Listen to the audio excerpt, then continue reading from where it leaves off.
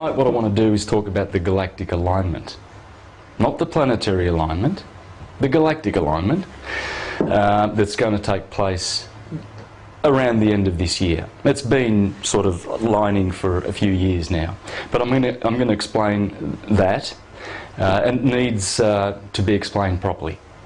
This is one of the subjects that is just eluding many people, and you hear, oh, the planetary alignment of 2012.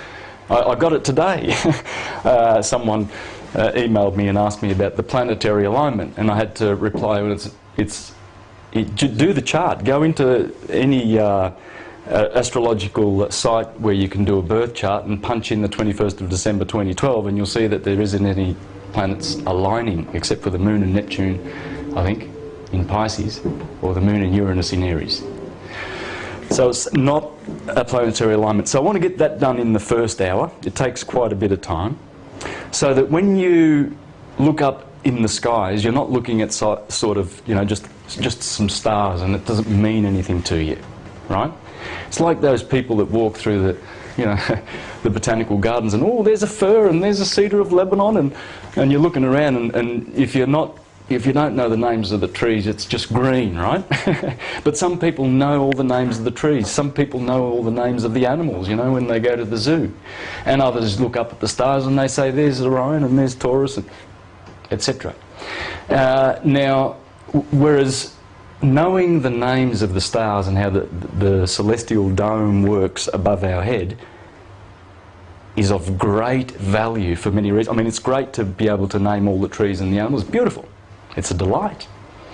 But to know the stars is something altogether different, because our cosmology, our religions, our sciences and philosophies, there's so much that comes from it. And you will see. Tonight I'm hoping that I can expand your consciousness and open your eyes to this fact that when you're looking up, you're looking at something very big. As above, so below. So what's going on up there, you'll actually see those you'll realise that as the philosophers like Proclus and Plutarch and all of those guys were saying, when you look up, you're looking at the cells in the mind of the God, which is the universe. Okay? So that's what we're going to go into. And we're going to spot the cells which make up parts of the heart, and we will see the correspondence in the human body. Okay, so as the zodiac goes around from Aries to Pisces, so your body, starting at the head in Aries, goes around that ecliptic that the sun takes every day. Right? So that's the first hour. Second hour, we're going to talk about how we got in the mess that we're in. You look around and there's some stuff happening. I mean, today's, what is it, the 6th of March today, or the... didn't check the date. Confused. Yeah, well, it's 6th of March, okay? We're approaching the equinox, and we're in 2012. We've been talking about this for... Some of us have been awake for many, many years, right? I've only been awake and knowing what I've put together here tonight, which you will see, for 4 years. I'm talking to guys here in this group that, you know, 20 years that have been awake. Rob here, I know he's been awake for decades, you know, but yeah, you're retired, you can go back to sleep. But, well, look, my path began 30 years ago. I started reading Immanuel Velikovsky in the early 80s. I was a teenager, late teens. And then after, around about the age of 19, I started being spiritual, and I ran to the Jehovah's Witnesses, had a Bible study and became a Jehovah's Witness, and stuck it out for 22 years. Wow. Right? Last meeting I went to was in 2005 in Japan. I was on a music tour, right? And I thought, oh, well, I better go and worship Jehovah in Japan, right? When I got back, it opened my eyes going to that trip, by the way.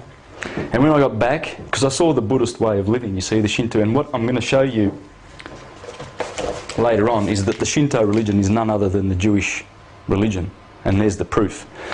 They all are.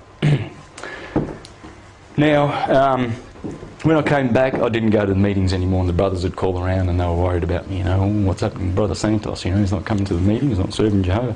But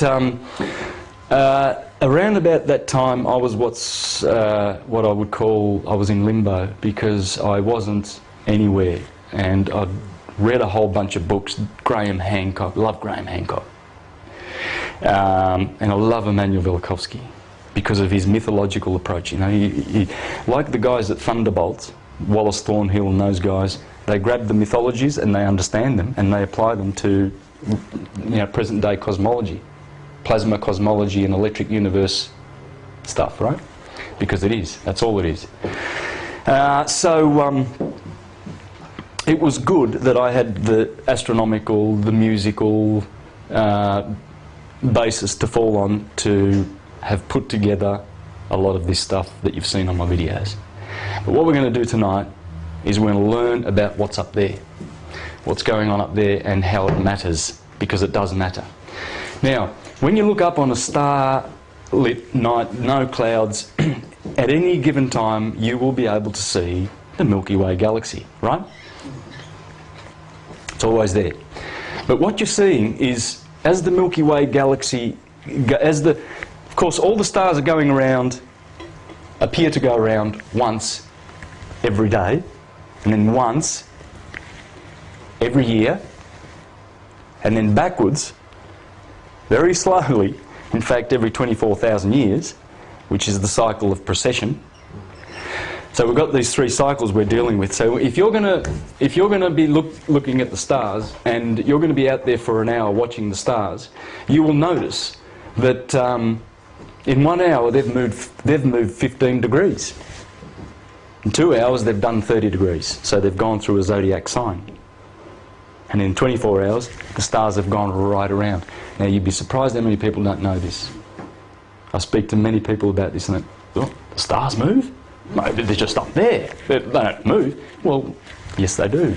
Because they appear to move, because our Earth's rotating, right? So of course everything out there is going to move. It's like when you're on a train, you know, and the trees are going past you. Oh, they're flying past. Well, they're still, aren't they? But it's you, and that's the appearance, okay? So when we're looking up, we've got this one cycle, it's a daily cycle, yearly cycle, and we see slowly how the signs of the zodiac go around if we follow them.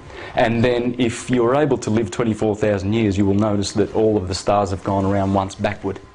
Now I've explained this in other videos, so I'm not going to do that today, explain how the cycles work. I'm just going to explain how when you look up into the skies you need to look for two rings. And those two rings are the Milky Way galactic plane and the ecliptic, that cross each other at 60 degrees. And where the crossings are, where those fulcrums are, they are called the divine cross in the sky, and there's two of them. So more or less what you're going to have is your Milky Way galaxy will do a circle like this, right? So let's point over there for east, okay? I'm not sure where east is because I haven't got my bearings in this house. Now, in the evening you'll see the Milky Way come up. Oh, it might already be up, depends on where it is in the year. But let's say you're watching the Milky Way galaxy coming up over the horizon. It usually comes up more or less horizontally, whereas the ecliptic comes up vertically in the east. Okay? So what you're doing is you're getting an arm of the Milky Way galaxy basically that goes around, it sweeps around every day, right? And then 12 hours later, the other arm comes up, the other side comes around. Let me explain how that works, okay? Because you might be a bit confused at this time. This is a website here. Now, can the camera get that? Or should I move it a little bit?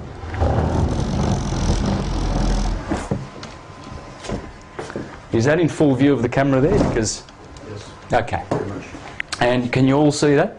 Right, this is a website. It's just a, it's called media.skysurvey.org. Anyway, take a look. That's the Milky Way, right? It's on a plane, and it's a very, very thin plane. Okay, but this here is actually the centre of the Milky Way galaxy, and this is one of the portions you will always see. This part here you will always see in the east. That's the east. When you look at the horizon, the Milky Way comes, is here. This is the east as it comes up, you see. Now if I click on that, on the information button, There's the constellations, okay? So, and this green line is the ecliptic. You see how it intersects the galactic plane at 60 degrees? Now here is Sagittarius shooting upward. He's below the Milky Way galactic plane. And Scorpio rises above. There's the scorpion. It rises above. And the tail is pointing to this black hole where the ecliptic and the galactic plane cross, you see. So here we have Capricorn. Okay, you can see here Capricorn, Sagittarius, Scorpio, and there's Libra. So you see how the ecliptic, which is the path where the sun always is, it never deviates. So the ancients observed that where the sun is, you know, they traced that trail of stars and they called that the ecliptic, and they placed these 12 signs behind that. And they're pretty much there. They are there. I mean, there's as I will show you later, that scorpion, that relates to the generative area in the human organism. It's the phallic. Rising up. Okay? The phoenix rising up out of the ashes. That's what it is. So let's unclick that, because I want you to get a sort of a raw view of what you're looking at. Now, notice too that looks like a serpent eating its tail, because as the Milky Way galaxy comes up, it sweeps up in the east and goes around. You're always following the Milky Way. It's like it's doing this in the sky, and it's perpetually going around like a wheel, because it is.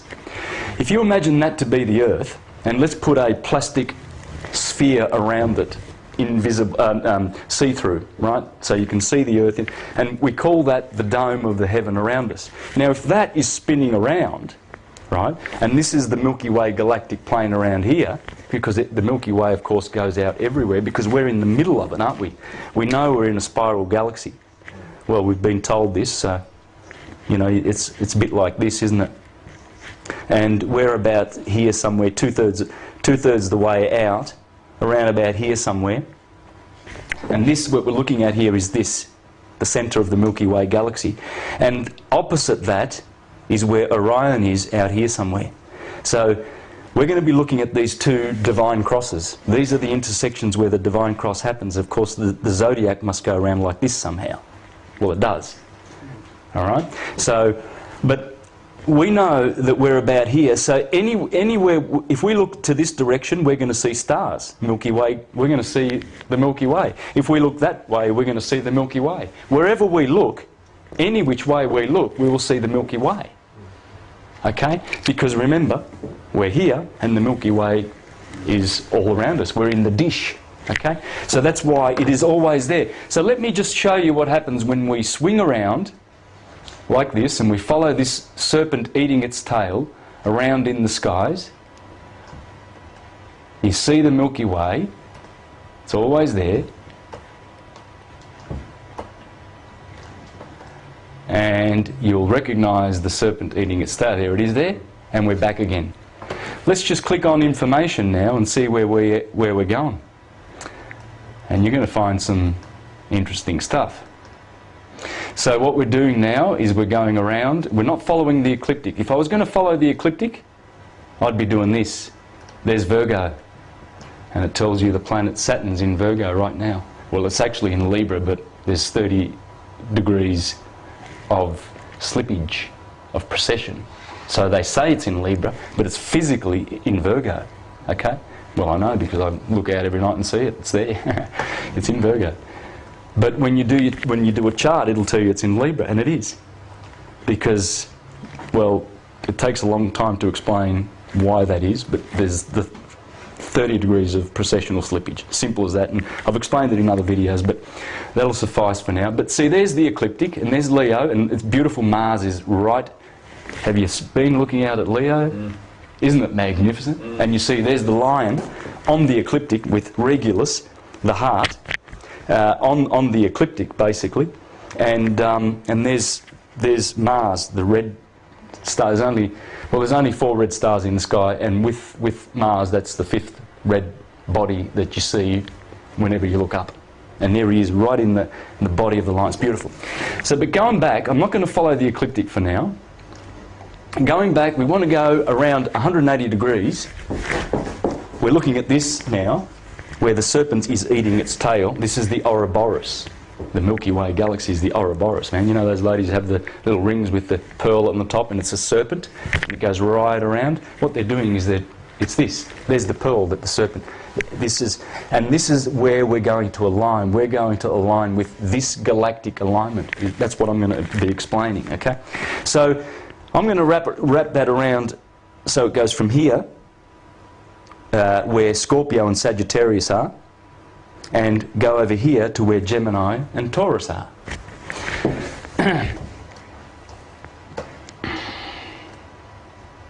And there you go. And this is where we're going to concentrate a lot of time tonight, okay? Because not only was that divine cross important, but this one is also very, very important. And it's going to blow your mind how it corresponds with your body, because you'll find that Taurus is here and Gemini is the arms. This is the arms. So the Milky Way galaxy intersects the human organism right here. The ecliptic goes straight through your body. That green line, that is the sun going straight through your body. Have you seen those Taurus fields where, you know, where Merkaba light chariot bodies we are, okay? And the Taurus field goes in through the head, it goes straight through the centre of the body. That's the ecliptic, that's the sun. Starts at Aries here. And that will start in 2 weeks. On the 21st of March, the sun will be officially right here. Now it's in our feet, Pisces, the two fish. Okay? As above, so below. Now, here we have the twins, and there's Orion. Notice, please, that Orion is below the Milky Way galaxy, and also what's considered to be below the ecliptic. And you see his outstretched arm is reaching out, and right above his arm, and Betelgeuse, the red star, remember there's only 4 red stars, yeah? Betelgeuse is here. It's about to go supernova too. And there's Orion. Right above his arm is the Divine Cross. And Castor, one of the twins of Gemini, there he is. Castor has his foot where the Milky Way galaxy plane and the ecliptic is. There's Castor with his foot on it, right? And there's Orion, and he appears to be holding up the Milky Way galaxy, and also reaching out for this little fulcrum where the 2 circles in the sky cross. Okay?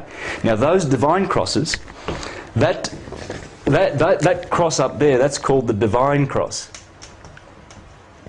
Because, well, it's divine. God is up that way, right? That's how they thought. So they're divine things, and these are mundane things down here. We're on the mundo. The mundo is the earthly plane, so we call that mundane. And what's the mundane? Well, we know what the Divine Cross is now.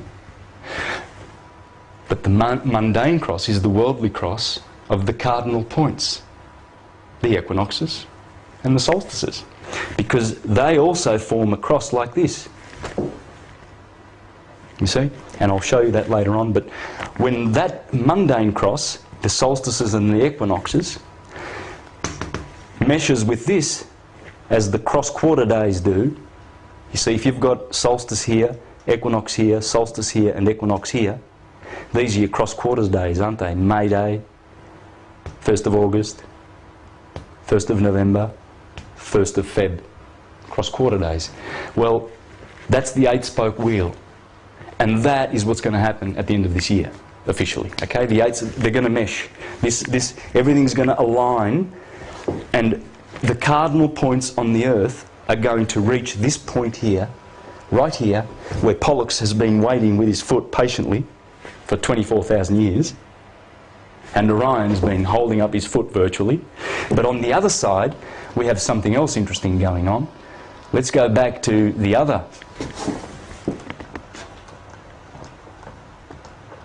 cross, 180 degrees removed, and what do we have here? Lo and behold, the Fucus, the 13th member of the zodiac. He's got his foot on the other Divine Cross. and another foot on top of Scorpio's back, because he is wounding him on the head and being wounded in the heel, as Genesis 1:15 says, the first prophecy in the Bible, or 3:15, whatever. I think it's 3:15. Remember, I hadn't been to the meetings for 7 years. Brother Elder is going to be very, very disappointed with me, isn't he? And I've got so many wires in here.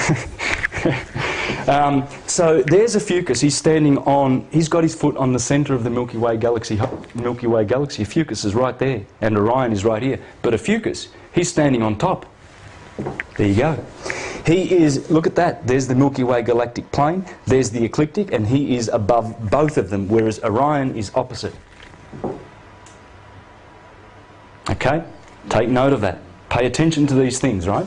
Because this is so crucial. I mean, astronomers are studying astronomy for years and they never come to realise this, because this is what all of our ancient mythologies are talking about. When it talks about Jesus and he's walking through the circuit of Galilee, that's the circuit of Galilee, the ecliptic of the sun. And when the Good Samaritan's on his way to Jericho, right? It says that he's going into the inn to bring the wounded person, right? And he comes across a priest and a Levite, and both of them didn't help him. So he's carrying this wounded man on his donkey, and he goes into the inn. The inn is the ecliptic. Hercules, right? He's got 12 labours to do. That's the sun. The sun has got to go through 12 sectors of the sky. Right? So this is why it's important, because all of our mythology, from the Hindu world to the Mayans, everything comes from this. It all comes from the stars, or the signs from as above, so below. Because the Holy Land is in your body. And this is what we're going to be discussing together with this. But there's a lot more here, so let's not rush. Okay? You digging it? I like how he laughs after he says let's not rush. Yeah. Now, just a few things that I want you to notice as we go around here. As we go back here, I want you to pay attention to Orion. Orion is the only one of the heroes. There are 7 heroes. There's Hercules, Cephas, Perseus, Boetes, Ophiuchus, I've just mentioned him. Anyway, there are 7. And Orion is the most loved one. Orion is the most loved one. But there he is in the south, because he is Osiris. And have you heard that Osiris is the king of the bottomless pit? Well, that would be everything below the Milky Way galactic plane, or below the ecliptic. That's the bottomless pit. And there he is, he's all alone. All of his 6 other heroes, Boetes and Ophiuchus, they're standing on top. They're in the northern skies. He's the only one in the south. He's the king of the south. And when you realise that as the sun goes backward through precession, and it finally hits this point here in Taurus, which it did 6,000 years ago, by the way, because since Taurus, since the sun entered, when Egypt was a great empire, when the sun was in Taurus, and then it came to Aries, and now the sun is, of course, we say it's in Pisces, and now Aquarius. There's Aquarius, and there's the sun. There it is on the ecliptic.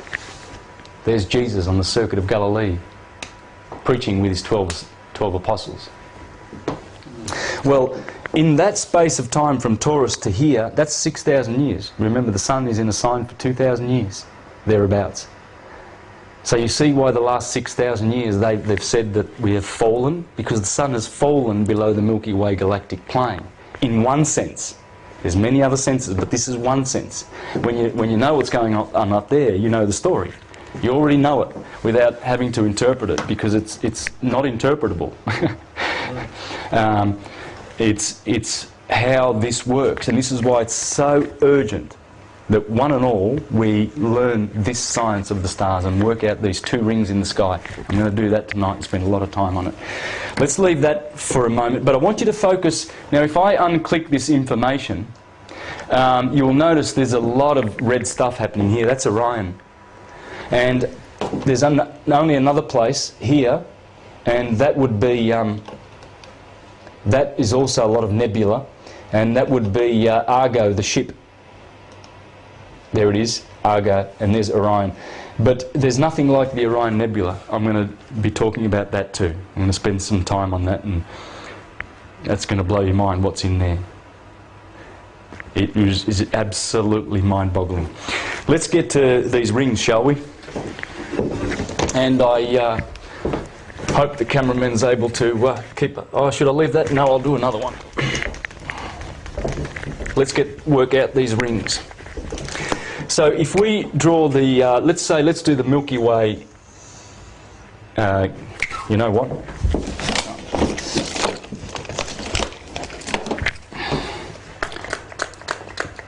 Aren't I a good boy? I brought the spray along because I thought this sometimes happens, you know, some stubborn... I like clean boards. So, and let's go with a... So let's do the Milky Way galactic plane, shall we? All right, and of course it's not that, we don't see it like that. We see it like it's pretty thick, but it's really, if you go way out in space and look at, it's like all the other spiral galaxies, very thin.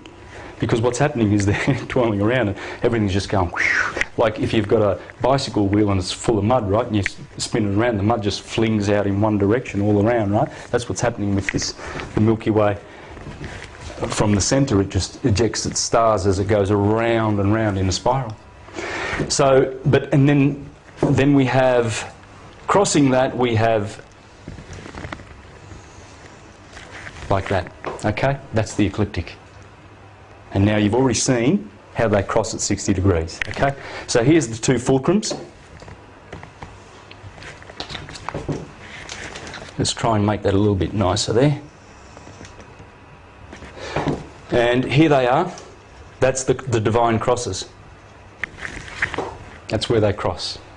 And here we have Gemini, the twins. So let's just put the twins there. The twins. Here we have, and Taurus is here, so let's put the bull here, below. And Orion is right next to, is in Taurus. So there's Orion, remember? He's holding it up, he's holding this fulcrum up. So we go from Taurus, then we go, let's put Aries about here. Aries, let's put Pisces here. Where will we put Aquarius? Take note of Aquarius's sign. That's the Egyptian hieroglyph for water and the letter M and N. I'm just mentioning that now because later on it's going to mean a lot. Have some significance. Capricorn. So, Capricorn and Sagittarius would be here, pointing to the other fulcrum. And Scorpio, of course, he is right about here. Libra. Then we have Virgo, and I'm going to put it like this because it's just Mary. Look at the glyph. It's Mary the Virgin. Virgo. Leo, so we've got Leo and Cancer. Okay? Nice and slow for you? Beautiful. So what we're noticing now,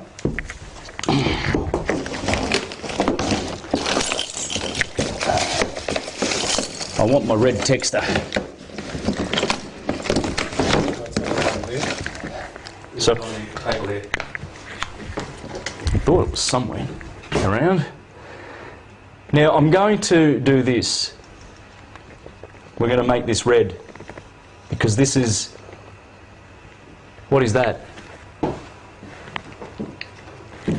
That's all the signs below the Milky Way galactic plane, because here's the galactic plane, okay? And what I'll do is I'll make that a little bit more a little bit more obvious, hey? Because the Milky Way galactic plane there's stars all over like this, right? It's a fluffy, white, motherly looking thing, because it's our mother. There it is. And of course this ecliptic is a nice thin line, 17 degrees wide, and the sun never deviates from there, okay? So you see, what happens is, these are the constellations from Scorpio to Gemini that are above the Milky Way galactic plane. And these 6 are the ones below. Now, what we need to do, you will remember my graph for the ones that have seen my videos, okay? If we take this to be the Earth and this to be the equator, and we have the Tropic of Cancer here, the Tropic of Capricorn there, the sine wave goes like this. What sine wave am I talking about?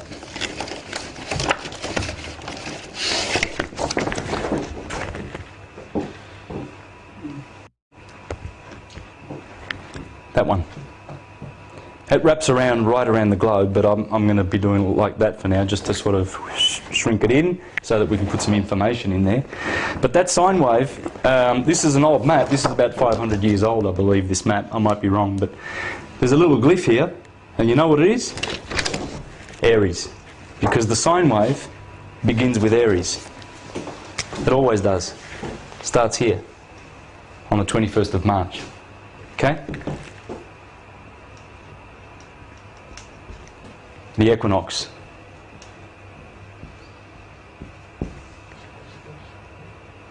Thank you. Solstice. September 21st, equinox. Solstice. And there it is, and if you follow the glyphs, they're all there, because everything starts at Aries. Right ascension is there. The year starts there, the blossoms, and there's a lot of reasons, scores of reasons. And as you will see in a minute, that's where the head begins. You see, you put the head there of the human being, wrap around, and the feet are here in Pisces. So what we have, the spring months, the summer months, the autumn, fall months, because the sun is falling now below the equator, that's the fall. And there's winter. Aries, Taurus, Gemini, Cancer, Leo, Virgo, Libra, Scorpio, Sagittarius, Capricorn, Aquarius, and Pisces. Now, what I'm going to do is I'm going to wrap this around here and make a circle out of this, and just quickly show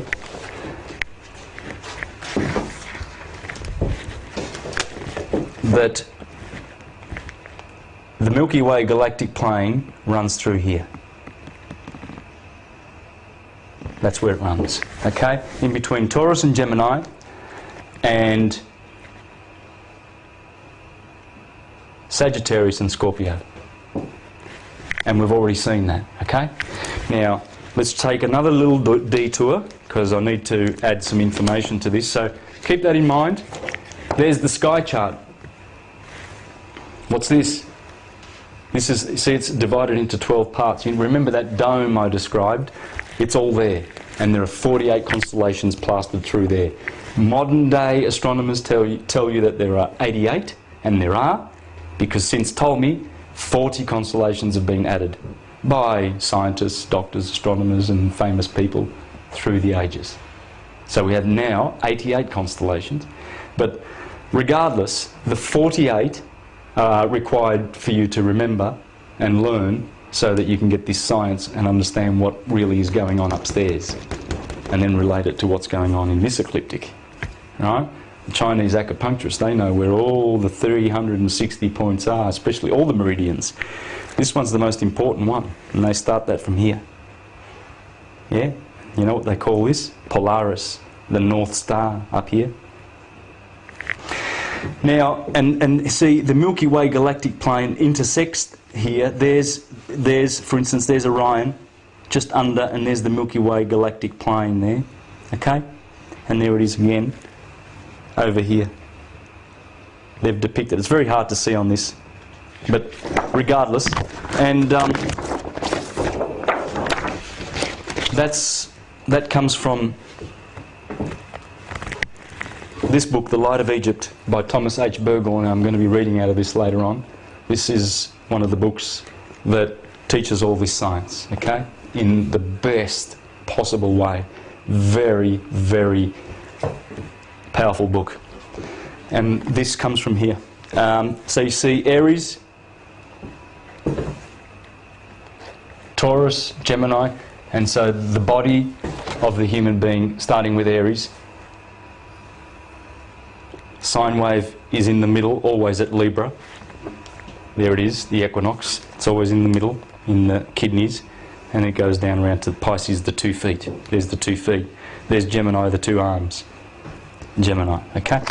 So already you've noticed then, and I've got a better graph for you to see this. Already you will have noticed that as I have here, this circle here, there it is there, Aries is over here, you see? Now notice the human being here, there's the head, which is Aries and Taurus. Please remember that, okay? This is really important, because that's where the head is. The head is in Aries and Taurus. Because when we go and look into the Orion Nebula, you're going to be really, really blown away with what stars are to be found here. And I'll give you a hint. The Pleiades. Wouldn't they be the most precious stars in the sky, those 7 sisters? Wouldn't they be? Yes, it's the jewel in the sky. It's here. Right here. In Taurus, okay? Orion, killing the bull. That's the left brain, the male brain. Being a bully, killing the right brain. That's Abel. That's Cain. Orion killing the bull. Cain, Abel. This guy has been out of action for a long time, and that's because we've been using the right hand and we've fixed in the left brain. And that we'll get to in the second half. The controllers have made sure that we stay here. And we're all boys. It's all patriarchal out there. Climb that ladder and you can be the CEO one day.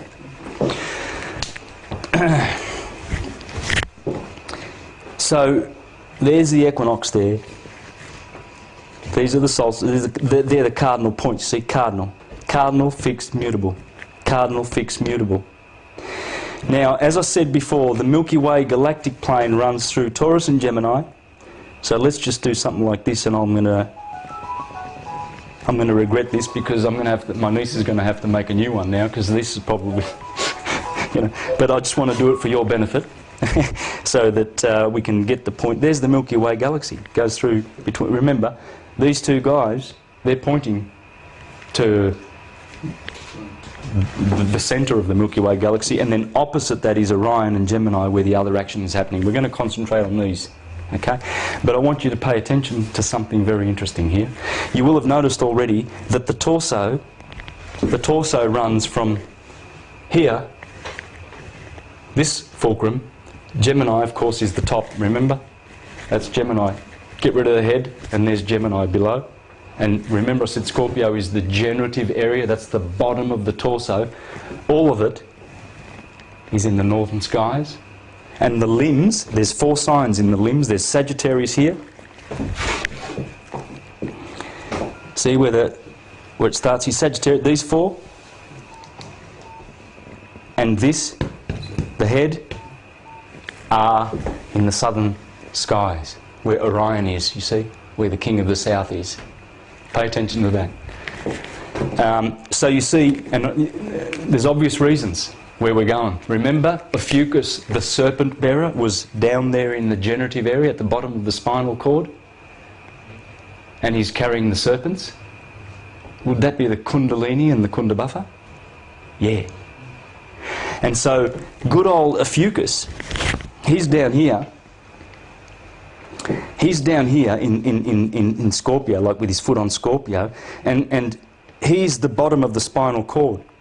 And of course, through meditation and many other things, just pure virtues and good breathing, good eating, good habits, and even sexual practices, one is able to, but meditating mostly, one is able to bring the serpents of Ophiuchus up to meet his brother Orion in the pineal gland. You see? And that's the sun is doing that. As the sun goes through the ecliptic, every year on the 22nd of November, the sun goes through that divine cross. And on the 22nd of May. That's the 22nd of May, that's the 22nd of November. So Ophiuchus begins his journey there. And he goes up the spinal cord. Because remember, there it is. There's Scorpios down here and Gemini's up here. He's got to get up to Taurus, his brother, to the pineal gland. And this is what's going on. It's going on all the time. Because when you begin to understand that as the sun who lives in Leo, there he is, there's the sun, the symbol of the sun, you know, you've seen that before? Target, and all of these corporate logos. As the sun goes from Saturn, who is lead, and the sun is gold. Do you know the alchemical element, metals for the planets? The sun is gold, the moon is silver, Saturn is lead, Mercury is quicksilver, Venus is copper, Jupiter is tin, and Mars is iron. So as the sun goes around from lead to gold, there's your philosopher's stone. He's turning lead into gold because he goes through all those metals, right? And he always, this is the winter, Aquarius over here, lead, summer, gold. And that's what's going on here. Now, let's get back to this, shall we, and a bit of science.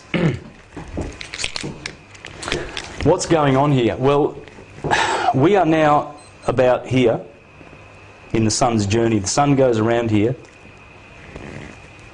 every 24,000 years. So for the last 2,000 years we've been in Pisces, and then so that was what we call, this is what we call the Christian period of our history, the Jesus period.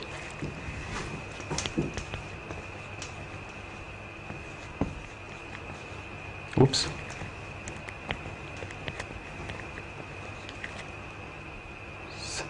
Oh no, is that a, how do you spell Zeus with an S? Yes. I was right.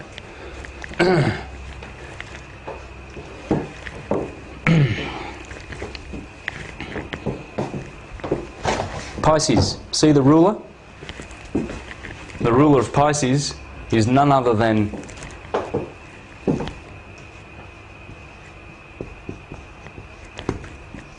Jupiter.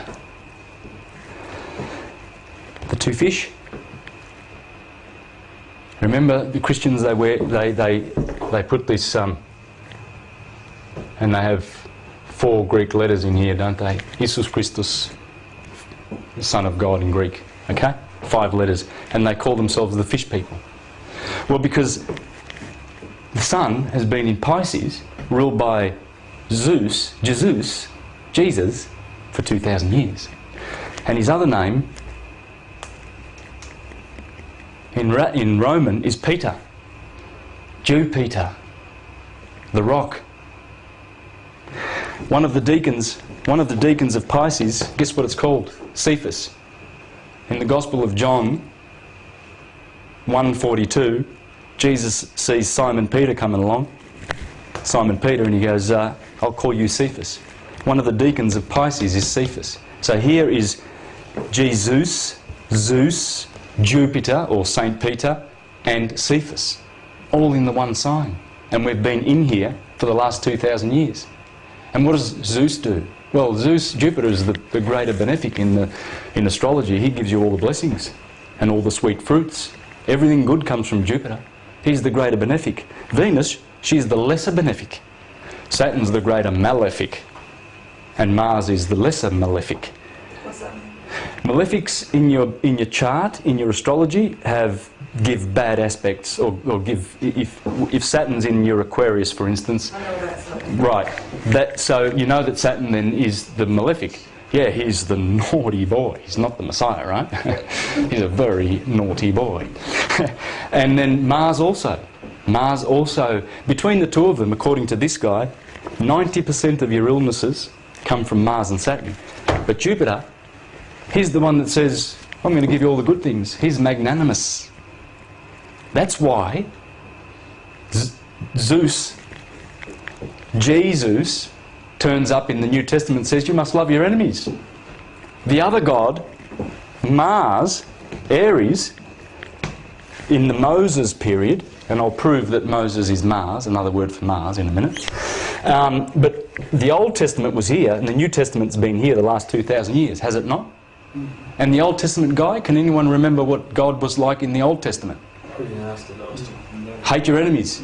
Kill the Canaanites and the Philistines and the Perizzites and the Jebusites. Get the Holy Land, kill them. Get their kids, grab them by the feet and dash them up against the tree. That's the god of... That's Mars. Mars is martial. God of war. Yeah, so that's why the Old Testament says, I am Jehovah, I am the God of armies. In Ezekiel he mentions it 60 times. I am Jehovah, I am the God of armies. And we worship you? He's a killer. Mars is a killer. He gives you, when you taste bitter stuff, according to the astrologers, that's from Mars. All the bitter things, which is essential to your diet, by the way, bitter, okay?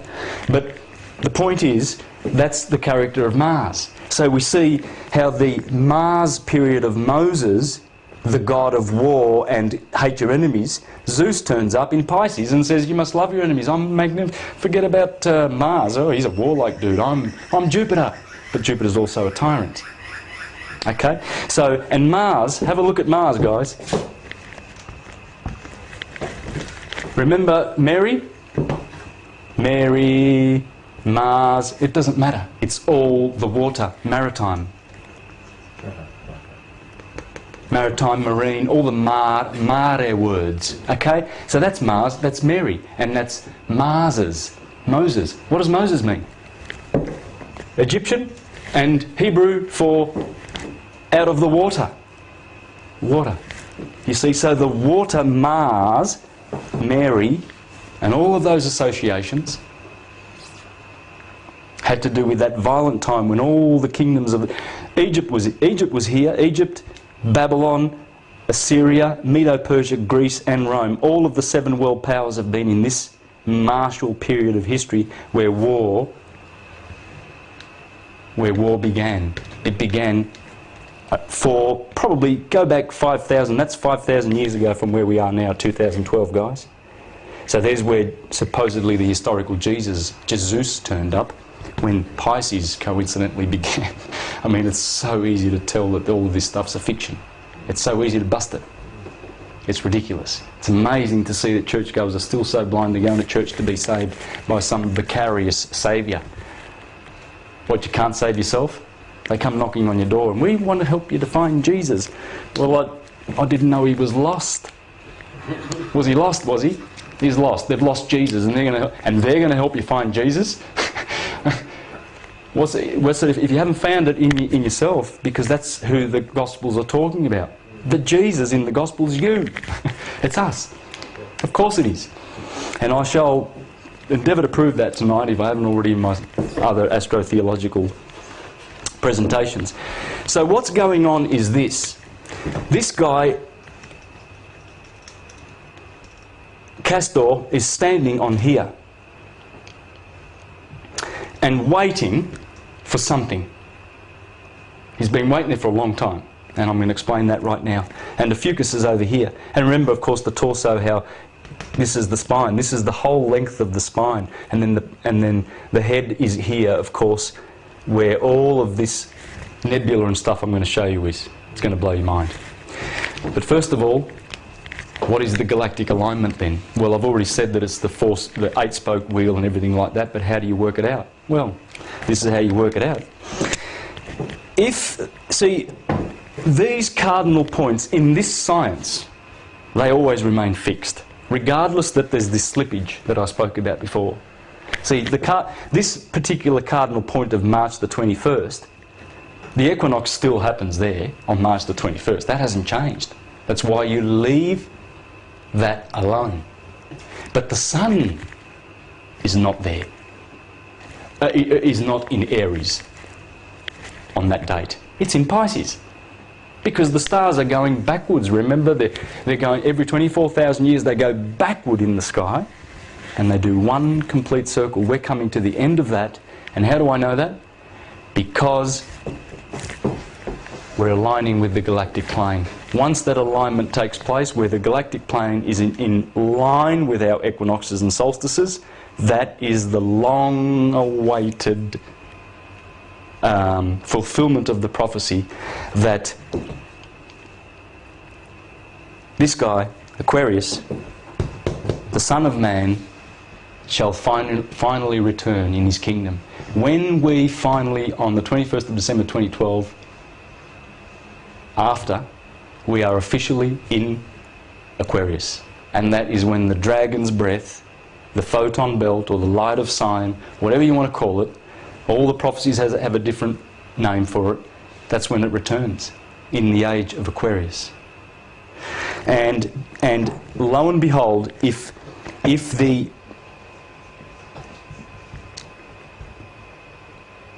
equinox is going to be happening there, it's also going to be happening in its opposite sign, Leo. In fact, many astrologers say we're entering the sign of Leo. It's not the age of Aquarius, because they go by the autumnal equinox, not the vernal. You see? So always remember, yeah, we're entering the age of Aquarius because we've established that and we've agreed that it's... But opposite that is Leo. Leo is the one, because of the stars of Leo. Let's have a look why Leo is so important. Leo is the only one that can boast that it has one of the 4 stars.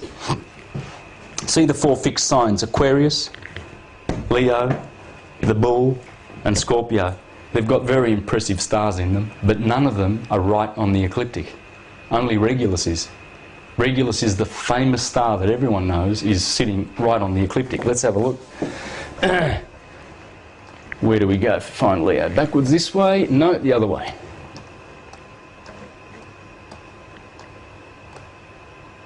Well, lo and behold, see Regulus? Right on the ecliptic. Cancer, sure, but Cancer's stars are faint, and it's not one of the fixed signs.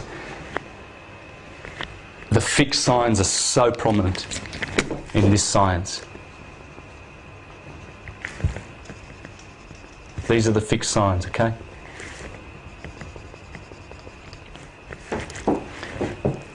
Aquarius, Leo, Taurus, Scorpio. Now remember, Taurus and Scorpio, they're the ones that are sitting right on the galactic plane. Yeah? Taurus is just underneath it, Scorpio is just above it. Tonight, at 1 o'clock, if it's clear, go out. After tonight, we'll probably finish at about 11 tonight, so you drive home and then just check out the stars. Look to the west and you'll see Orion going down head first. There's the horizon. And there's Orion going down head first. Down this way. And guess who's rising? Who's coming up on the other side? The letter J is for Scorpio, because that's what it looks like, the letter J, Judas Iscariot, the traitor of the sun. Check it out tonight, it's beautiful. Magnificent. You see Scorpio rising and Orion going down. You're seeing the 2 fulcrums at 1 o'clock. And it'll only last for about a month or so, and pretty soon you won't be able to see, in a couple of months you won't be able to see Orion anymore for 6 months. And you'll just see Scorpio. You'll see what they call the summer stars. These are the winter stars. These are the winter stars, all of these above the equinox, above the equator. These are the beautiful, what they call the winter stars, even though it brings summer in the northern hemisphere. Do you understand why they call the winter stars when it's really summer? Because, for instance, they'll be in mid-June, right? In mid-June, they go out at night, they see these stars. The summer stars, because they're in summer. But now, as we are now in sort of around this period here, where are we now? We're here in Pisces, and we're coming out of this. These are the stars that are visible, the winter stars. So what's happening is this. 2,000 years ago, the sun made its journey through Pisces, and finally it's arrived here at this fixed point. These fixed points, take note, there is a man, a lion, a bull, and this is replaced by the eagle. Okay, Scorpio is also shared with an eagle and a serpent. So when you read in Ezekiel chapter 1, the first chapter of Ezekiel in the Jewish Hebrew scriptures, that God has the face of a man, a bull, and an eagle, and a lion, that's the God that we're waiting for. We're waiting for the fixed cross above our heads. We've been in the mutable cross for 2,000 years. Now when you know your astrology, you understand what that means. Mutability is change. Big change. Fixability, those 4 signs there, you check them out. Check out your Taurian friends. They're like a rock. Check out your Leo friends. Those fixed signs, your Aquarians. You'll notice they're fixed. Mutable people, they're more sort of changeable and I don't know whether you should call it flexible or whatever it is, but there's this quality about the mutable signs. I pick it straight away, I just pick it when I get near people who have one of those signs. But what it means, well, what does it mean? Well, let's have a look. For the last 2,000 years, the sun has been in Pisces, the Virgin, the Twins, and Sagittarius. They're all signs of duality.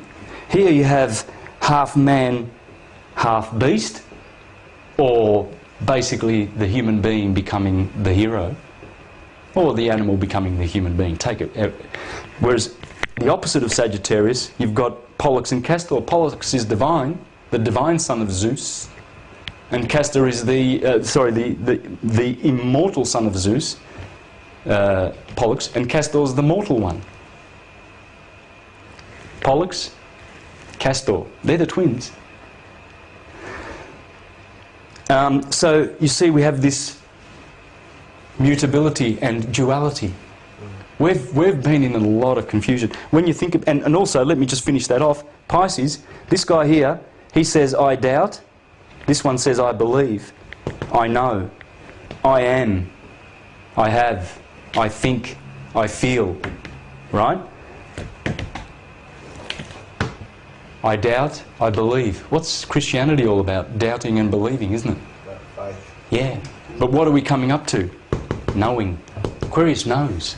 It's fixed air. Air is mental. We're going to know up here. We're going to be baptised with the waters of Aquarius, which are spiritual waters. Consciousness, the photon belt, the dragon belt. And it only happens here and here. This is the dragon's belt. The photon belt only happens in this, in the 24 to 26,000 year cycle of precession. That's the only place you're going to get it. So if Aries is the age of the god of war, and then Pisces is the god of peace, does that mean Aquarius is balance? Well, first of all though, Rob, this is not the god of peace, Jupiter, because... Love, or whatever you say for Jesus. Yeah, he's more forgiving and don't hate your enemies, love your enemies now, Yeah, right? So, yeah, so his character comes through in the Gospels, the character of Zeus. But this guy, this is the guy where Jesus, the apostles say to him, where shall we prepare the Passover? And he says, go into the city and you'll see a man with carrying a water urn, something with water. He says, follow him to the upper chamber. And that's where we will have the that's Aquarius. Because Well, obviously it has to be. A man with the water, usually the women do that. It's obvious, the symbolism is there, saying, yeah, I will be with you till the end of the ages. That's when Jesus says, be firm and stay strong and keep the word. I will be with you until the end of the age. Well, that's what it means. Zeus is going to be with you, and then when Zeus gets to this point, which is at the end of this year, he hands over to guess who? Saturn, his daddy, Kronos. Old man Kronos, he's the father of Zeus. Remember, Zeus managed to, Hera or Rhea, one of Zeus's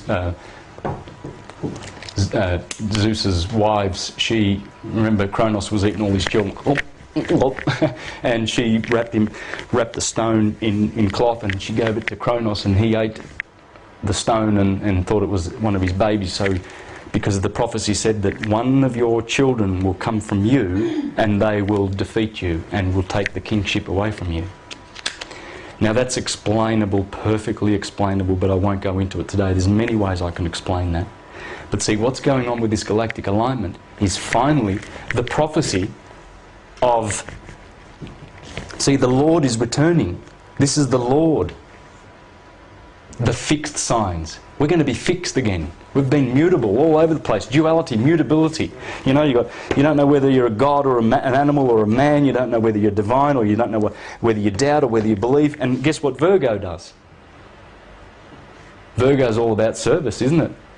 Mercury. There's duality there. That's all full of duality. You see? And what's Christianity all about? It's about, you know, punishing yourself with doubt and belief and guilt and all sorts of rubbish and service. There's the fish and there's the bread. This is the harvest season. So they are symbols of Christianity. Jesus went to the Sermon of the Mount, and he fed the masses with 2 fish and 5 loaves of bread.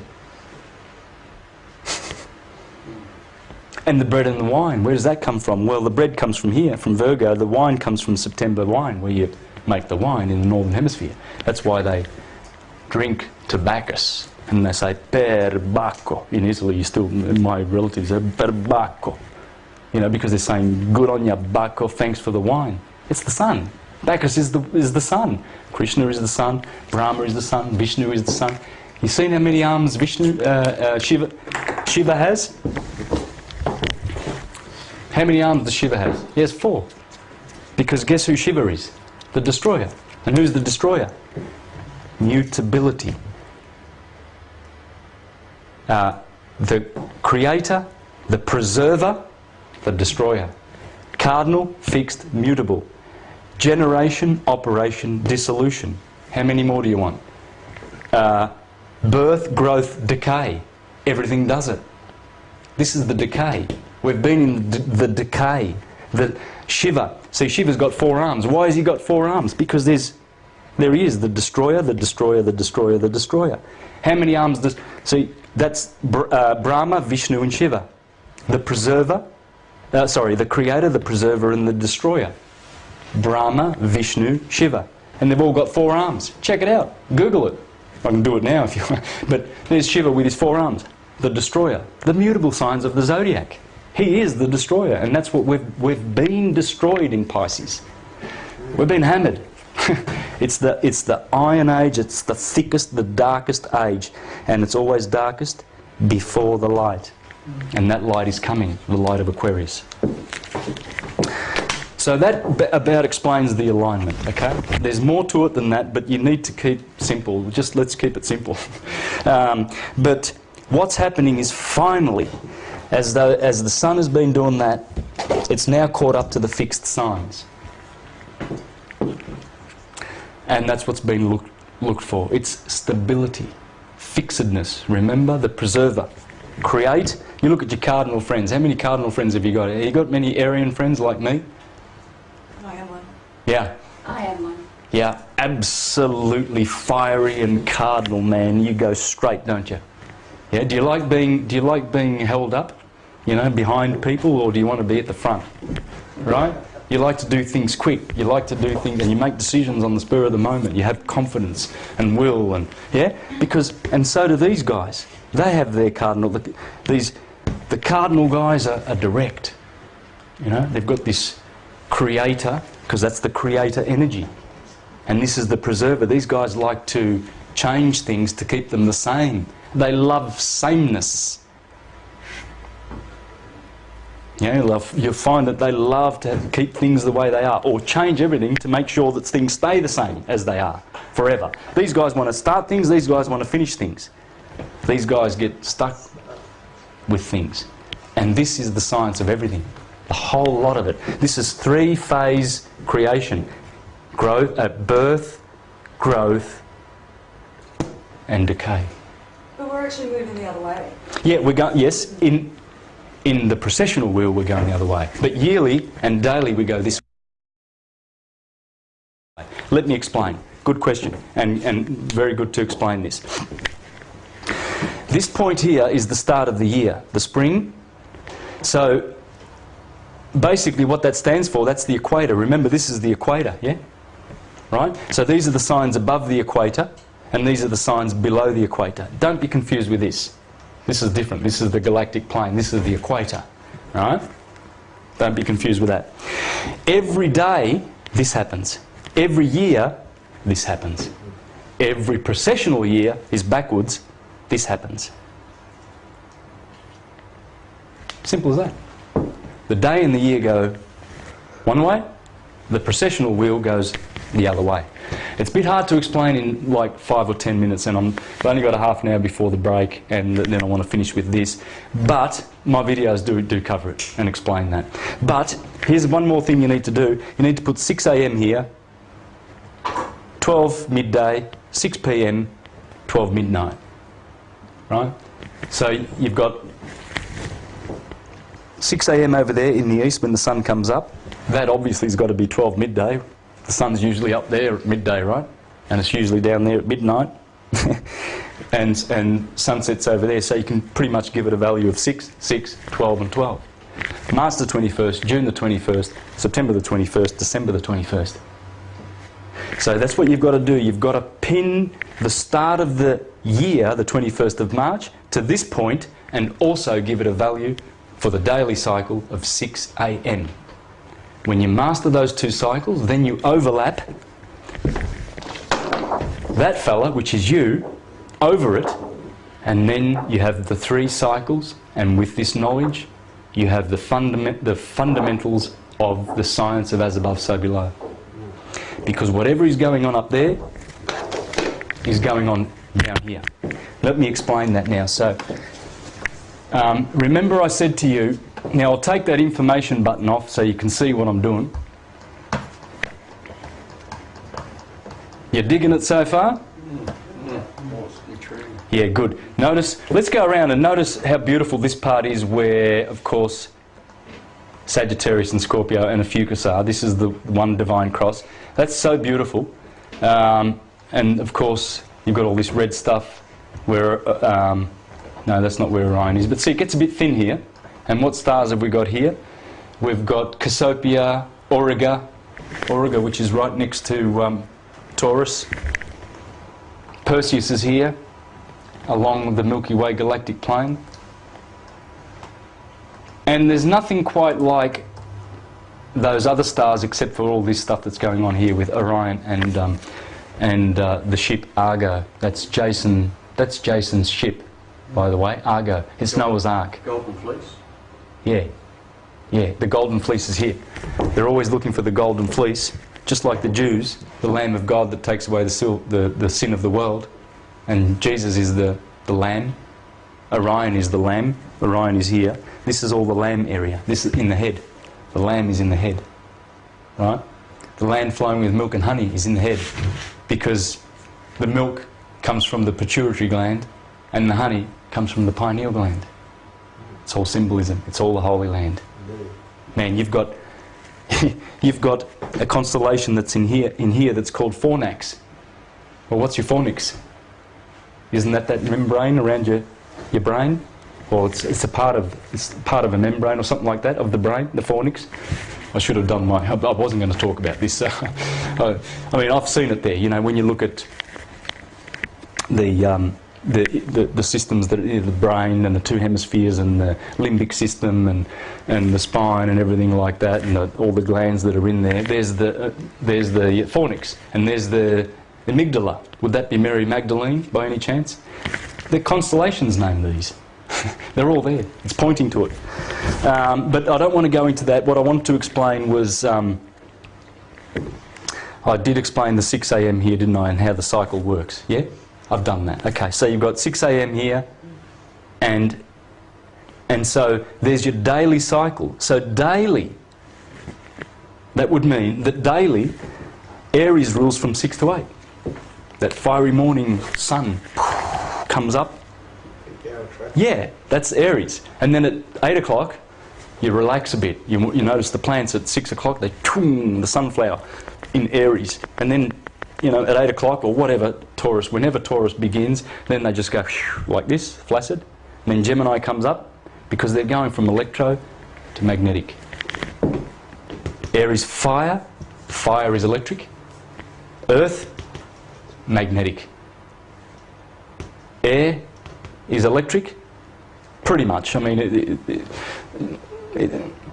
and then water in Cancer is magnetic. So you go male, female, male, female, male, female. Every 2 hours we're switching over from here to here. Every 2 hours there's all sorts of cycles going on, and we're missing it.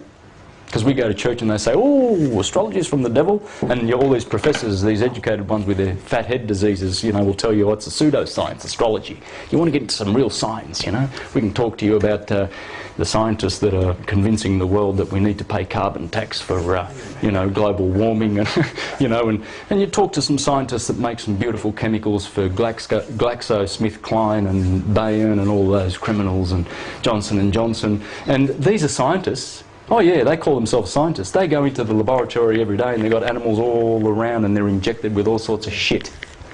And these animals have got pus hanging off their limbs and they're like, because the scientists, these clever individuals want to see how their chemicals react with animals so then they can give it to you.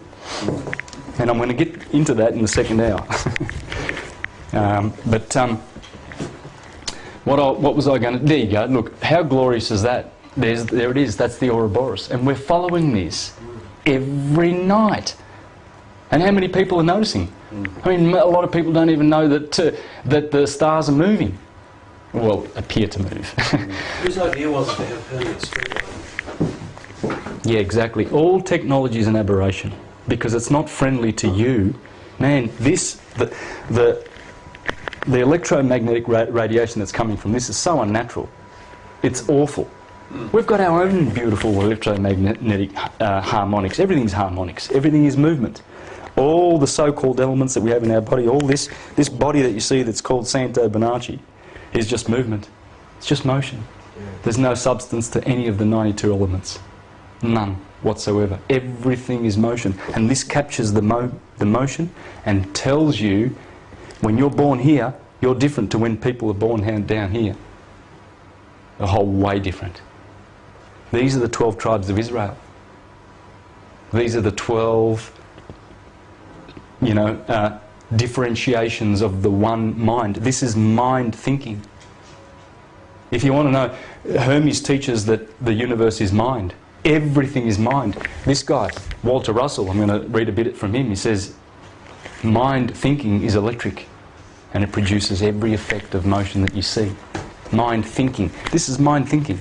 Get to know how the mind, and your mind is connected to the universal mind, God's mind. Your mind and God's mind is the same thing. Your experiences are individual, but we're all part of that God. So it's not wrong to say we are gods. It's not wrong. You'll always get someone that says, oh, you shouldn't say that you're gods. Well, what are we? I mean, are we some worm, some sinful, dirty... What's the good of being that? That's what they teach you are when you go to church. If you're one facet on a diamond, it wouldn't be wrong to say you're a diamond, would it? Of course. We're all part of the one diamond. Yep. That's different facets on it. It is understood by, by deduction, by... That's what you mean, that's what you're talking about. I am God. It's not that you are all of God. But you are, I am, if I say I'm you, you understand what I'm saying, don't you? I am you, brother. And you believe it. And you don't think, oh, no, you're not. You understand what it means. You understand what I'm saying by reading between the words and everything like that. So we are using the same mind that God does, because that describes how everything works in the physical 3D world that we live in. Now, remember I spoke about the Orion Nebula? Yep. Well, check out the work of a friend of mine called Danny Wilton from the States, from America, and he has a YouTube site called Starscream. Remember, that's the number 5 and 4. Star Scream 233. Sorry, that's the YouTube handle, okay? Is that legible? Yeah. My writing is atrocious. But this is the Orion Nebula, okay? I'll try and get this so you can see that back there.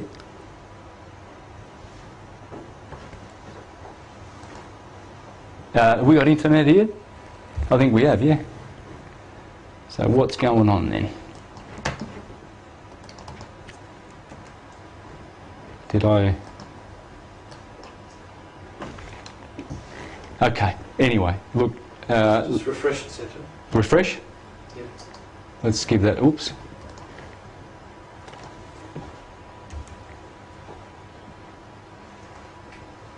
Come on, Danny.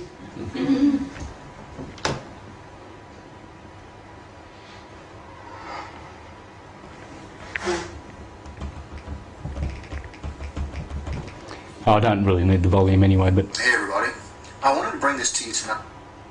I haven't done this in a while, but I wanted to show you something where there's other unconscious art that's depicting the Orion Nebula. And what it's doing... It's not going to work, but I don't need the commentary there, but this is the Orion Nebula, okay? Now, what you see is you always... Check it out, Google it tonight, and just look for the Orion Nebula. You'll always see this beautiful outstretched sort of arms and a head there appearing, and you'll see this very, very, very bright light. And when you focus in on it, which hopefully the video that I've got...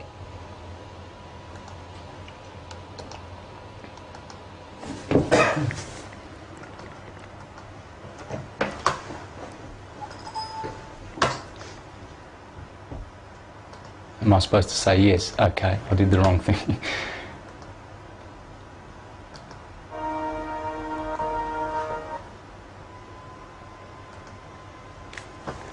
Okay, this is not really working, is it? Okay, well let's just look at that. There's Orion.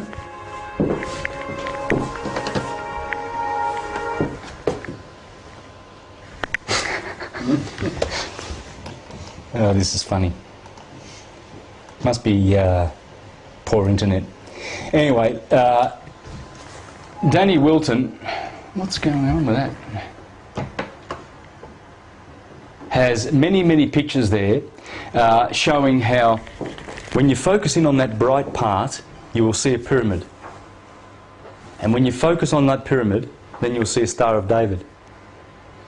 And you'll see this on his site. It's great videos, great production with good graphics. And you see then the Star of David has this little eye in it. So you get sort of this, you can see it clearly. He points it out. And we've got an eye there. Like that. And then when he goes in further, he finds like an Anu, pretty much like the winged caduceus in there. The eye in the pyramid, and then it looks like a star, and then you see these arms outstretched over above, and this is like there's a man in there. It's like Christ Jesus. Well, guess what Danny Wilton's found out? These pictures are from the Hubble telescope.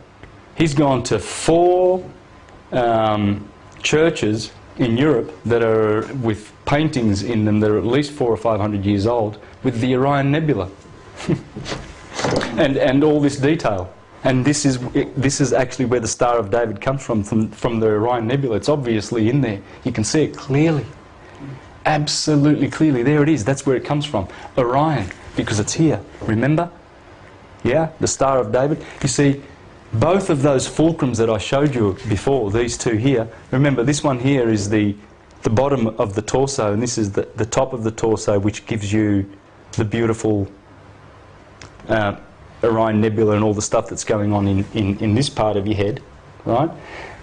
Or call it the mouth, okay? But they are both creative centres. You have a creative centre here, and of course your generative area is also creative. You can have kids, right? And they're both here, at the top of the spine and the bottom of the spine. That's what's going on. Yeah? And if only I could get some of these pictures, we might take a break and then come back and check out some of it. There's the Anu that he's discovered. There it is. That's in the Orion Nebula, right in the middle of that. There it is. That's a little Anu. And check out what Anus are.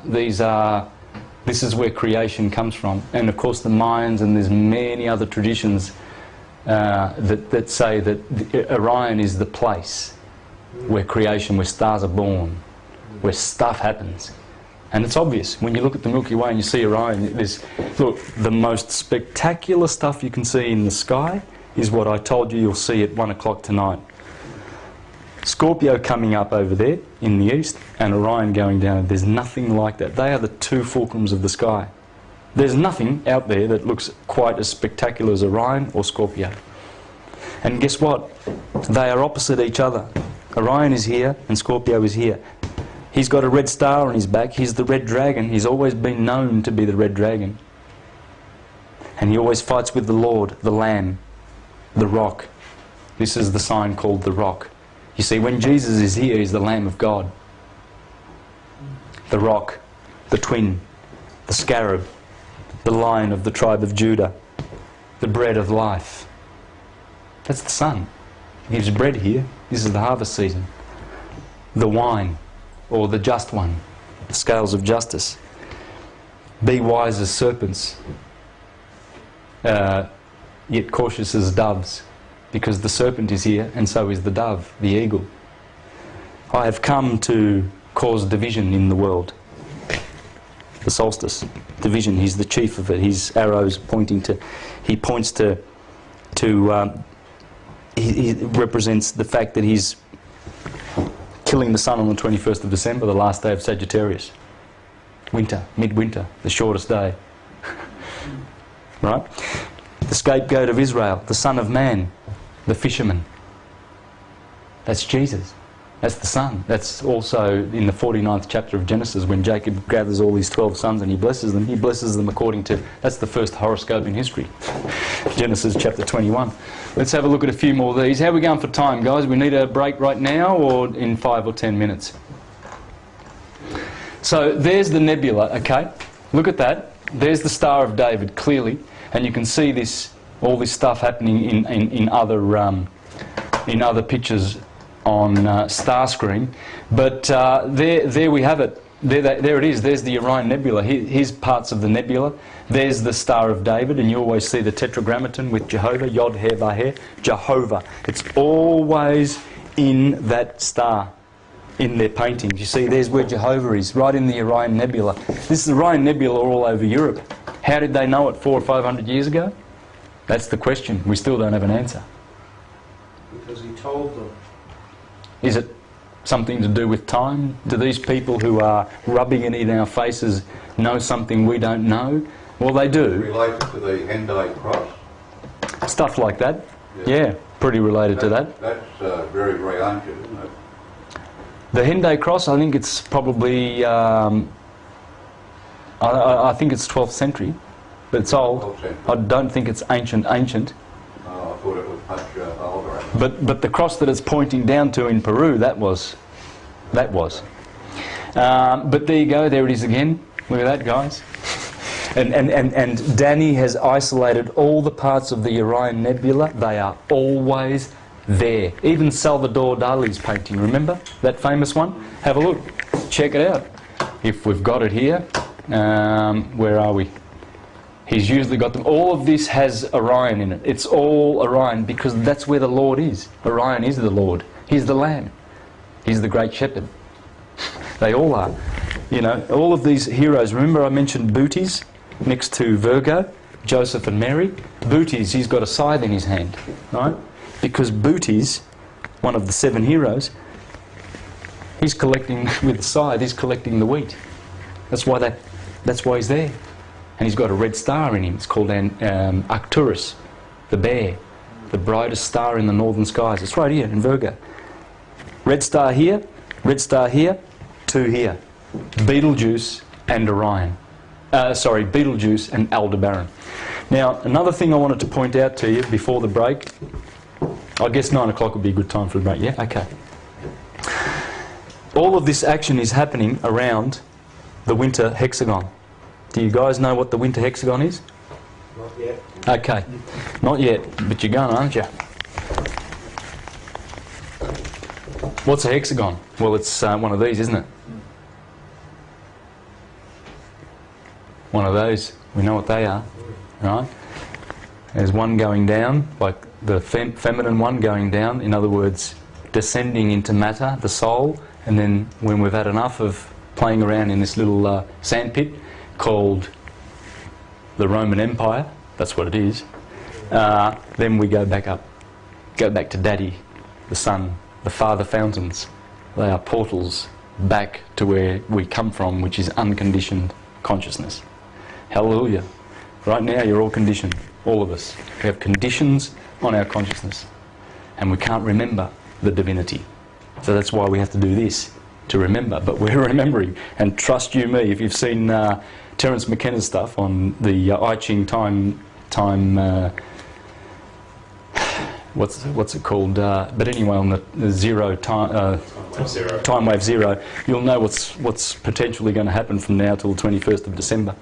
But the winter hexagon consists of 7 of the brightest 14 stars in the sky. You can't miss it. You'll see it tonight. If you go out now and there's no clouds, I can point out the winter hexagon. In fact, if we go out in the break and it's there, I'll show it to you. This is what it is. And it's right around here. In fact, this crossing is right in the middle of the winter hexagon. You see, Orion, you remember that shoulder that I mentioned? He's got a red star Betelgeuse on there. Well, that connects to Sirius, the brightest star in the sky, which is, his dog, Sirius, Canis Major, is following him, right? He's got his hand stretched out. Betelgeuse is here. Sirius, the brightest star in the sky, is there. And the small dog, Procyon, is there. It makes a perfect equilateral triangle in the sky. It's called the winter triangle. The winter triangle is right in the middle of the winter hexagon. It's a beautiful hex. It's glorious. Every time I look up, I see it. I can't miss it now. Because once you know where it's there, it's like, you know, a new model car, the new Mazda comes out and your cousin's got one, so you see it, and then next thing you know, that's all you see when you go down for a drive on the freeway. You see these Mazdas everywhere that you never noticed before. It's like this, right? So there's Orion. Orion is in here, and there's his belt like this. And that's Rigel, beautiful blue star. That's Rigel. There's Betelgeuse in the middle of the hex. It's amazing, right? Well, it's a bit low. It's probably about here. Okay, just place it here. But let's put it in there. Just Sirius, brightest star in the sky. Procyon, Pollux, one of the twins. Capella, one of Auriga's stars. The little goat, the charioteer. The charioteer is up here, Auriga. Auriga is one of the 7 heroes. He's holding a little goat, Capella, right? And this is also a red star in Taurus.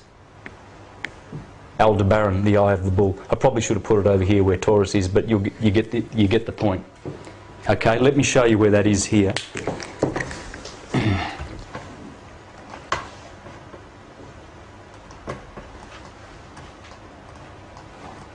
Well, there it is.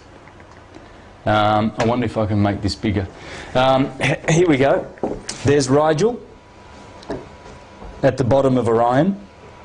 There's Betelgeuse Right in the centre, it's a red star. So let's go around. Rigel. Rigel. Sirius. So we go from Rigel to Sirius, to Procyon, to Pollux, to Capella, the Eye of the Bull, Aldebaran, and then back to Rigel. See how big it is? And look what's in the middle of it. It's been there all the time. This Star of David turns up in the sky, guess when? Christmas time. You know the three wise men who follow the star in the east? That's the star, the six-pointed star. See what happens in the east? The star rises, Orion, with the winter triangle and the winter hex. So the winter hex rises, and pretty much it's directly above your head on the 24th of December when the sun is born. And these three men, you watch them, they come straight up from the horizon, and they're inside the winter hex, and they follow the star, which is Sirius, the brightest star in the sky. They follow it, and Sirius, guess where it is on the 24th of December? Every Christmas Eve, when the sun begins its journey from the 21st of December, right? It waits. It's still on the horizon for 3 days. After 3 days, which is the 24th, starts back on the horizon. You see it. The sun does this on the horizon all the time. In fact, I solar gaze, and my brother-in-law and sister walk up from their place, because I'm sort of on a hill, and I watch the sunset, and I see in Port Phillip Bay, in the Narre Warren Hills, I watch the sun set on Port Phillip Bay sort of thing, and I see it. Oh, there's east. I should be pointing that way, just not to confuse people. So when the sun sets, in summer it's over there. Now, so that was the 21st of December. Now is the 5th of March. It's about here. And believe you me, I've been telling people about this, and my sister's going, 2 weeks ago the sun was over there, now it's setting over there. You know, I said, well, that's what I'm saying. Yeah, of course, the sun, that's the horizon. It's 47 degrees, man. It's a long way. 47 degrees is a good chunk of the sky. And you can watch the sun doing this, walking on water, as Jesus walks on water every year. Solstice, equinox. Solstice, equinox. Solstice. So there's the winter hex. Now, I just really would love to be able to just go back and show you some of this stuff of Danny Wilton's. And you can probably do that. But it's quite apparent that it's being done over and over again. What I'm showing you right here is I'm showing you... Refresh. I've highlighted the area in yellow that you see there to show you a very important archetype that you're going to see in all these paintings. Just please have a look at that. There's Orion. And the bottom part here, you see sort of a triangle. This middle star in the belt of Orion is called Alnitak. Let me just wait till that gets big enough. Keep following that. It's going to hone in. It's going to hone into this little spot here where the Orion Nebula is, in the sword of Orion. You see, he's got 3 belts here, and he's 3 stars in the belt. This one's Alnitak. Rigel is the foot, right? And Saif is the other foot. That makes this triangle here. There's Alnitak, there's Saif, and there's Rigel, and in the middle is the sword of Orion. That's where the nebula is, right? Dig this. This is what Danny Wilton has uncovered.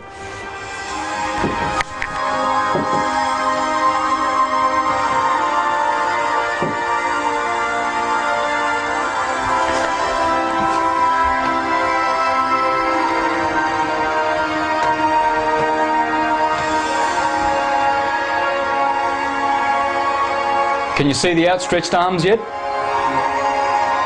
There they are. There's the ball at the top, and there's the light. That is a pyramid, unmistakably. Now, keep in mind, there's no other nebula like this. This is spectacular. The stuff that you will see when you go to Starscream will blow your mind. So again, there's the arms. It's turned to the side. And there's the pyramid. It's the Star of David. When you look, when you do the proper, put the proper light on it, you'll see a star, not just a pyramid. You getting it? And right in there is the Anu in there, and there's a lot of other stuff going on here. I won't get into it right now because unfortunately this is very small and the camera's not going to pick it up, so I might have to do this in studio. But there it is. Now this is not fixed to pick up all the detail I was talking about because this is not one of Danny Wilton's videos, so it's not focusing on any Anu or anything like that. You need to watch his videos and then you'll see what I'm talking about. But that was just to show you where it comes from. There it is. And Danny Wilton stuff, I mean, I'll leave that on. And I've got there's the same stuff there. There's the arm. Basically this thing right here, it looks like a head with these arms that are stretched out right here. B, which represents... And then in the break, I'll try and find the Salvador Dali one, you know, the one where he's got that, and they're all the same. You'll see hundreds of these. It's all about the Orion Nebula. Here's his body floating in the middle of the Orion Nebula, and he's just underneath this bright spot, and then there's these arms reached out. Now, I can tell this is the Christ archetype, but I'm going to go into this a little bit more with you here. I'm going to show you something. Okay, I'm going to leave it at that, and probably just get some good pics for that for when we come back. We'll have a break.